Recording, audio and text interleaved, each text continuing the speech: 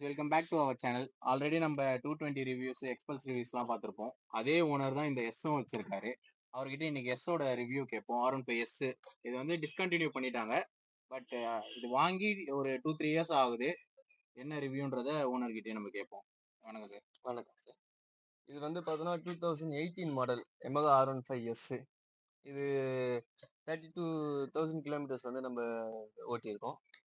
இது R15லயே ஒரு ஸ்பெஷலான மாடல் தான் இது. அதாவது வந்து எல்லாருக்குமே ஃபர்ஸ்ட் நம்ம ஊருக்கு வந்ததுல 2008-9 டைமிங்ல R15ன்றது என்ட்ரி ஆகுறப்போ நம்ம ஊருக்கு வந்து ஒரு மிகப்பெரிய ஒரு ரேஸ் பைக், அதாவது வெர்ஷன் 1 பெரிய ரேஸ் பைக் வந்திருக்கு.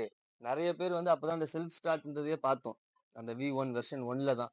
அதை வந்து கட்டாயமா எல்லாருமே வந்து இவ்வளவு பெரிய பைக்கா அப்படின்னு சொல்லி நம்ம ஆகும்னு பார்த்த வண்டிதான் அது. அதோட மாடல் அப்படியே வந்து அந்த சாயல் போகாம திரும்ப உருவாக்கி திரும்பி வந்த வண்டி தான் இந்த எஸ். அதுல இருந்த கம்ஃபர்ட் அது அப்படியே வந்து நம்ம இதுல எதிர்பார்க்கலாம். அந்த வெர்ஷன் 1 வச்சிருந்தவங்களுக்கு இது தெரியும். அது வந்து ஒரு பார்க்கதான் அந்த ஒரு பெரிய லுக் இருக்கும். வண்டி வந்து ரொம்ப குழந்தை மாதிரி இருக்கும். ஓட்ட ரொம்ப வந்து ஒரு ஈஸியான ஹேண்ட்லிங். சிட்டிக்குள்ளயும் சரி, ஹைவே ரைடுக்கும் சரி ரொம்ப ஈஸியாவே ஹேண்டில் பண்ணலாம். பார்க்க தான் அந்த லுக்கு சேம் அந்த ரேசிங் லுக்கு. ஆனா ரொம்ப ஈஸியா ஹேண்டில் பண்ணலாம். சேம் அதே மாதிரி தான். இதே கம்ஃபர்ட் இதே இதுலதான் வந்து நம்ம வெர்ஷன் 1க்கு அந்த வெர்ஷன் 2வும் இதே மாதிரி தான் சிமிலர். இந்த ஃப்ரண்ட் போர்ஷன் பார்த்தோம்னா உள்ள உட்காந்து பார்த்தோம்னா கூட இந்த கை வச்சு நம்ம உட்காந்து பாக்குற இந்த காக்பிட் வியூல இருந்து டேங்க் இதுக்கும் மெட்டல் டேங்க். இப்போ வர V2 V3 எல்லாம் பார்த்தோன்னா பிளாஸ்டிக் டேங்க் தான் வரும். இதுக்கு yes and V1 and V2 இந்த 3 மட்டும் தான் வந்து இந்த மெட்டல் டேங்க் இந்த வியூல இருக்கும். இது எல்லாமே சேம் கம்ஃபர்ட். நல்லா இருக்கும். கம்ஃபர்ட் வைஸ் வந்து இந்த வண்டி நல்லா இருக்கும். இது ஒரு யூனிக்கான பீஸ். அதாவது வந்து இந்த மாடல் இந்த இது நம்ம ஏன் ப்ரிஃபர் பண்ணி வச்சிருக்கோம் ஃபர்ஸ்ட் அப்படின்றத பார்த்தோம்னா அந்த வெர்ஷன் 1 ஃபர்ஸ்ட் நம்ம பார்த்த ரேஸ் பைக் பெரிய பைக் அப்படின்றத பார்த்ததுக்கான அந்த சாயல்லையே இருக்கிற ஒரு அப்கிரேடடான பீஸ். அதுக்காக தான் வந்து நம்ம இதை ஃபர்ஸ்ட் ப்ரிஃபர் பண்ணது. ஓகே, நீங்க மெயினா இந்த சீட்ஸ் பத்தி சொல்லுங்க. இந்த சீட்ஸ் வந்து எப்படி உங்களுக்கு கம்ஃபர்ட் இருக்கு? ஏன்னா ஃபேமிலி யூஸ்க்காக இந்த வண்டி கண்டிப்பா யூஸ் பண்றீங்கன்னு தெரியும். இது ஃபேமிலி யூஸ்க்கு கண்டிப்பா செட் ஆகுதா எப்படின்றது சொல்லுங்க. ஆமா, நம்ம கிட்ட இருக்க வண்டிங்கள்லயே 2 பேர் போறதுக்கு, கப்புள்ஸா 2 பேர் போறதுக்கு 2 பேருக்குமே கொஞ்சம் கம்ஃபர்டபுளா இருக்க வண்டின்னு பார்த்தோம்னா இதுதான். கட்டாயமா வந்து நம்ம எக்ஸ்பல்ஸும் நம்ம வந்து கம்ஃபர்ட்டுக்காக தான் ரெடி பண்ணோம். நம்ம தனியா ஒர்க் அவுட் பண்ணி ரெடி பண்ணியிருக்கோம். ஸோ அது கொஞ்சம் கம்ஃபர்ட் அட்டைன் பண்ணியிருக்கு. ஆனா இது ஸ்டாக்லயே எல்லாருக்கும் வந்து எந்த ஒரு சேஞ்சஸுமே கிடையாது. இது ஸ்டாக் வண்டி அப்படியே தான் வச்சிருக்கோம். இதுலயே வந்து ரொம்ப கம்ஃபர்டபுளானது. இந்த சீட்ஸ் வந்து புதுசுல பார்த்தோம்னா ரொம்பவே நல்ல குஷனிங் சூப்பரா இருந்துச்சு. ஸ்டில் இப்பயுமே வந்து அந்த வைட் பாடி இந்த கட்லாம் வந்து ரொம்ப சூப்பரான டிசைன் தான். கரெக்டா நம்மளுக்கு வந்து பிளேஸ் ஆகும். டைஸ்ல இருந்து எல்லா சப்போர்ட்டுமே சூப்பரா இருக்கும். இப்போ இந்த கொஞ்சம் இயர் ஆனதுனால என்ன ஆயிடுச்சுன்னா அது ரொம்ப ஹார்ட் ஆயிடுச்சு. இது நம்ம ஜெல் சீட்டோ இல்ல வந்து இந்த குஷனிங் மாத்தணும்னா கம்பல்சரியா இதே பேட்டர்ன் இதே சீட்டை வந்து சூப்பரா யூஸ் பண்ணிக்கலாம். கம்ஃபர்ட் வைஸ் வண்டியை பத்தி சொல்லணும்னா ஃபுல் கம்ஃபர்ட். இந்த மாதிரி ஒரு லுக்ல இருக்க இந்த மாதிரி ஒரு ரேசிங் லுக்ல இருக்க வண்டியில இவ்வளவு பெரிய கம்ஃபர்ட் ஃப்ரண்ட் ரைடருக்கும் சரி பில்லியன் ரைடருக்கும் சரி இந்த மாதிரியான ஒரு கம்ஃபர்ட் வந்து எதுலயுமே கிடைக்காது. நம்ம V2 ஓட்டுறோம், V3 ஓட்டுறோம், எல்லாமே ஓட்டுறோம். சிங்கிள்ஸை விட டபுள்ஸ் பத்தி தான் இதை மெயினா பேசுறது. இதுல வந்து அதே மாதிரி பெருசா பவர் பத்தியோ ரேசிங் யூஸ் பத்தியோ நம்ம வந்து பேச முடியாது. அதுக்கு வந்து நம்ம V2 V3 அந்த மாதிரி தான் பத்தி பேசணும். இது வந்து இந்த look same R15 engine same reliability எல்லாமே இருக்க வித் கம்ஃபர்ட்டோட வண்டின்றதுனால இதுதான் வந்து இந்த செக்மெண்ட்ல பெஸ்ட். V3 பத்தி எல்லாம் பேசும்போது V3 எல்லாம் இப்போ வந்து ஒரு 50 மைலேஜ் எல்லாம் கூட நிறைய பேருக்கு தர்றதை பார்த்திருக்கேன். நம்ம பசங்க கிட்ட இருக்க வண்டியே வந்து 50-45 பிளஸ் கண்டிப்பா தர்றது. இது மைலேஜ் எப்படி இருக்கும்? ஏன்னா இதுல ஆவரேஜ் மைலேஜ்ன்றது இந்த மீட்டர்ல காமிக்காது. நம்ம V3க்கு அப்புறம் அந்த கன்சோல்ல தான் நமக்கு ஆவரேஜ் மைலேஜ் எல்லாம் காமிக்கும். உங்களுக்கு மைலேஜ் நீங்க ஓட்டுனது வரைக்கும் எவ்வளவு மைலேஜ் தருது ஆவரேஜா உங்களுக்கு? கண்டிப்பா மைலேஜ் வைஸ் வந்து இது பெஸ்ட் தான். மைலேஜ் வைஸ் R15 மொத்தமாவே பெஸ்ட் தான். அந்த செக்மெண்ட்ல வித் இந்த பவரோட இருக்கிற எதுலயுமே வந்து அந்த அளவான மைலேஜ் எதுலயுமே கிடையாது. ஸோ R15 மொத்தமாவே மைலேஜ் வைஸ் பெஸ்ட். இப்போ வர V3 V4 மெயினா சொல்லணும்னா இது வந்து BS6. அதுல வந்து கம்பல்சரியா கொஞ்சம் ஆட் ஆன்ஸ் பண்ணி எக்ஸ்ட்ரா மைலேஜ் தான். இது வந்து 2018. ஸோ இது வந்து BS4 மாடல் தான். இதுல வந்து மைலேஜ் பார்த்தோம்னா கம்பல்சரியா 45 வந்துடும். 50ன்றதெல்லாம் வந்து நம்ம இது வரைக்கும் யூஸ் பண்ணதுல வந்து கிடைச்சது கிடையாது. 45, 44, 45, 46 இந்த மூணுக்குள்ளதான் கம்பல்சரியா இருக்கும். அண்ட் சிட்டி ஹைவேன்றதுல பெரிய டிஃபரன்ஸ் இருக்காது. வண்டி ரெண்டுத்துலயுமே வந்து ஒரே மாதிரி ஈக்குவலான மைலேஜ் தான். பெருசா பெரிய டிஃபரன்ஸ் கிடையாது. ஏன்னா நம்ம கிராஜுவலா க்ரூஸ் பண்றது தான். எப்படி பார்த்தாலும் 80, 90 மேக்ஸிமம் 100 அவ்வளவுதான். அதை தாண்டி வந்து க்ரூஸ் பண்ண மாட்டோம். 100 அதிகபட்சம் தான். அதெல்லாம் போக மாட்டோம். ஏன்னா எப்பவுமே டபுள்ஸ்ன்றதுனால. அண்ட் அதே மாதிரி டபுள்ஸ் போறோம் 2 பேரா போறோம். ஆட் ஆன்ஸ் லக்கேஜ் ஆட் பண்றோம். வெயிட் ஏத்துறோம்ன்ற பட்சத்துல வண்டி வந்து comparatively two V2 we sorry V2 கிடையாது. V3 கூட கம்பேர் பண்ணோம்னா, சேம் இயர், சேம் கிலோமீட்டர்ஸ் ஓடுன V3 இருக்கு.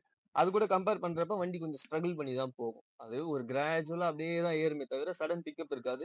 சடனா நம்ம ஒரு லாரியோ, ஏதோ ஒரு லாங் வெஹிக்கிள் ஓவர்டேக் பண்ணா, நம்ம கியர் கட் பண்ணி, கொஞ்சம் ஸ்ட்ரெயின் பண்ணி நம்ம ரிவ் பண்ணா மட்டும் தான் நம்மளால போ முடியும். இருக்கிற கியர்ல அப்படியே ஏறலாம்ன்னு பார்த்தோம்னா, நம்மளால ஓவர்டேக் பண்ண முடியாது. எஸ் பொறுத்தளவுல. மெயினா தெரிஞ்சுக்க வேண்டியது ஸ்பேர்ஸ் அவைலபிலிட்டி. இப்போ V2ஸ்க்கு வந்து நிறைய ஸ்பேர்ஸே கிடைக்க மாட்டேது. போர் எல்லாமே வந்து ஆர்டர் பண்ணி தான் வாங்குற மாதிரி இருக்கு. அதுவுமே ரொம்ப டிலே ஆகுது. இதுக்கு எப்படி ஸ்பேர்லாம் உங்களுக்கு இருக்க வரைக்கும் எந்த ஸ்பேரும் மாத்திருக்கீங்களா? ஏதாவது வந்து டிலே ஆகுற மாதிரி ப்ராப்ளம்ஸ் எதுவும் இருக்கா? இதுவரைக்கும் பார்த்தோம்னா, நம்ப கம்பெனி செட்டப், கம்பெனி ஸ்டாக் அப்படியே தான் இருக்கு. பெரிய மேஜரான சேஞ்சஸ், மேஜரான ஸ்பேர்ஸ்லாம் எதுவும் நமக்கு ரிப்பேரும் ஆகல. நம்ம எதுவும் மாத்தவும் இல்ல. இந்த நார்மல் பிரேக் பேட்ஸ், பிரேக் கேலிபரு, இந்த சிலிண்டர் கிட், மாஸ்டர் சிலிண்டர் இந்த மாதிரியான விஷயம்லாம் மாத்திருக்கோம். அதுல எதுவும் வந்து டிஃபிகல்டி இதுவரைக்கும் நம்ம ஃபேஸ் பண்ணல. கிளட்ச் பிளேட் பார்த்திருக்கோம். அதுல எந்த ஒரு டிஃபிகல்ட்டியும் கிடையாது. போர் வைஸ் போறோம், இன்ஜின் வைஸ் போர் வைஸ் போறோம்ன்ற பட்சத்துல 18 மாடலு இப்போ V4 வரையும் வந்துருச்சு.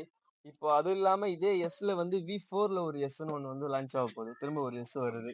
அது ஒரு லான்ச் ஆக போகுது. இந்த அளவு போயிருச்சுன்றப்போ ப்ரீவியஸா வந்த பைக். ஸோ அதுல ஒரு 2 இயர்ஸ், இதுல ஒரு 5 இயர்ஸ் மொத்தமா 7 இயர்ஸ் ஓல்டு பைக்குன்றப்போ கம்பல்சரியா ஸ்பேர்ஸ் வந்து கொஞ்சம் குறைய தான் செய்யும்.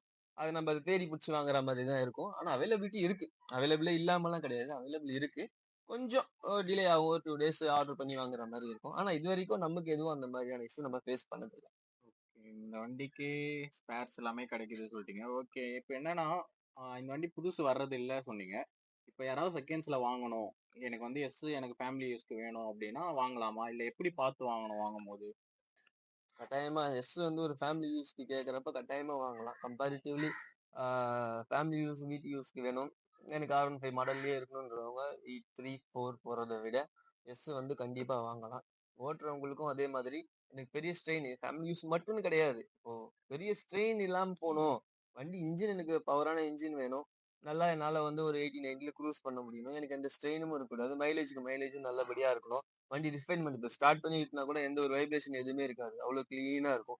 இந்த மாதிரி ரிஃபைன்டான இன்ஜின் வந்து நம்ம எவ்வளவு தான் பார்க்க முடியும். இந்த மாதிரியானது எனக்கு வேணும் அப்படின்னு கேட்கறன்ற பட்சத்துல கட்டாயமா வந்து நம்ம இந்த எஸ் வந்து ப்ரிஃபர் பண்ணலாம். பழைய வண்டி போறோன்றது பழைய வண்டி தான் நம்ம இப்போ இருக்கிற மார்க்கெட்ல இல்லைன்றதால பழைய வண்டி தான் போய் ஆகணும்.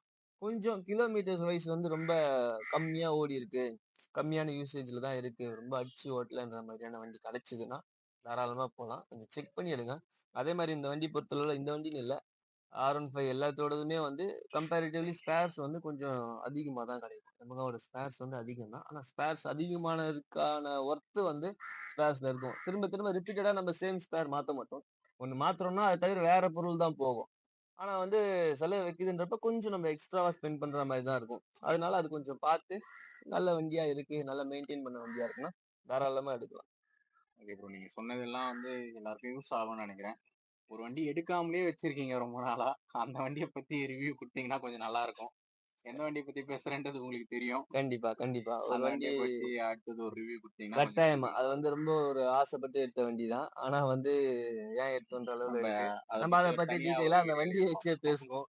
ஆ கண்டிப்பா பண்ணலாம். பாக்குற வியூவர்ஸ் யாராவது வச்சிருந்தாங்கன்னா, கட்டாயமா இதே சிச்சுவேஷன்ல தான் அந்த வண்டிய வந்து அவங்களும் மெயின்டெயின் பண்ணிருப்பாங்க. அத கண்டிப்பா. பத்தி கட்டாயமா பேசுவோம். அண்ட் ஒரு விஷயம் இதுல சொல்ல மறந்தாச்சு. இது எல்லாமே இந்த R15 எஸ்ன்னு மட்டும் இல்ல. R15 எல்லாமே வந்து ஃபியூல் இன்ஜெக்டர் டைப் தான்.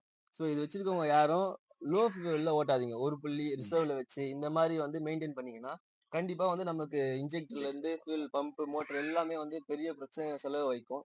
இது கொஞ்சம் காலத்துல என்ன ஆகும்னா, நம்ம கிராங்க் பண்ணா உடனே ஸ்டார்ட் ஆயிட்டு இருந்த வண்டி, நம்ம இந்த மாரி லோ ஃபியூவல்ல வச்சு மெயின்டெயின் பண்ணி ரொம்ப நேரம் லோட் இழுக்கறதுக்கு டைம் எடுத்துரும். அந்த மோட்டர்லாம் ரொம்ப ஒரு ஸ்ட்ரெயின் பேட்டரி ஆயிடும். லோ ஆகுற மாரி உங்களுக்கு தெரியும். பேட்டரி லோல இருந்தா எப்படி கிராங்க் ஆகுமோ அந்த மாரி இருக்கும். கிராங்க் மட்டும் ஆயிட்டே இருக்கும். ஸ்டார்ட் ஆகவே ஆகாது. ரொம்ப நேரம் நம்ம சுத்த விட்டு எடுக்கிற மாரி இருக்கும். ஸோ ஒரு 3 பாயிண்ட்ஸ் அப்படின்றது ஒரு மினிமம் அப்படின்ற மாரி லெவல்ல வச்சு வண்டிய மெயின்டெயின் பண்ணுங்க. ஃப்ரம் தி ஃபர்ஸ்ட் வாங்குனதுலேருந்து அது வச்சிருந்தோம்னா, அந்த பிரச்சனை வராது. ஏன்னா அந்த 2 பிரச்சனை வந்துருச்சுன்னா, லோ ஃபியூல் வச்சு ஓட்டிட்டோம்னா, நமக்கு வந்து இன்ஜெக்டர் கம்ப்ளைண்ட்ல இருந்து ஃபியூல் பம்ப் கம்ப்ளைண்ட்ல இருந்து வந்துரும். இது வந்துருச்சுன்னா, எப்படி பார்த்தாலும் நம்ம ஒரு 25-30K வந்து நம்ம இதுக்காக செலவு பண்ற மாரி ஆயிடும். பெரிய ஸ்பெண்டிங் தேவையில்லாம போகும்.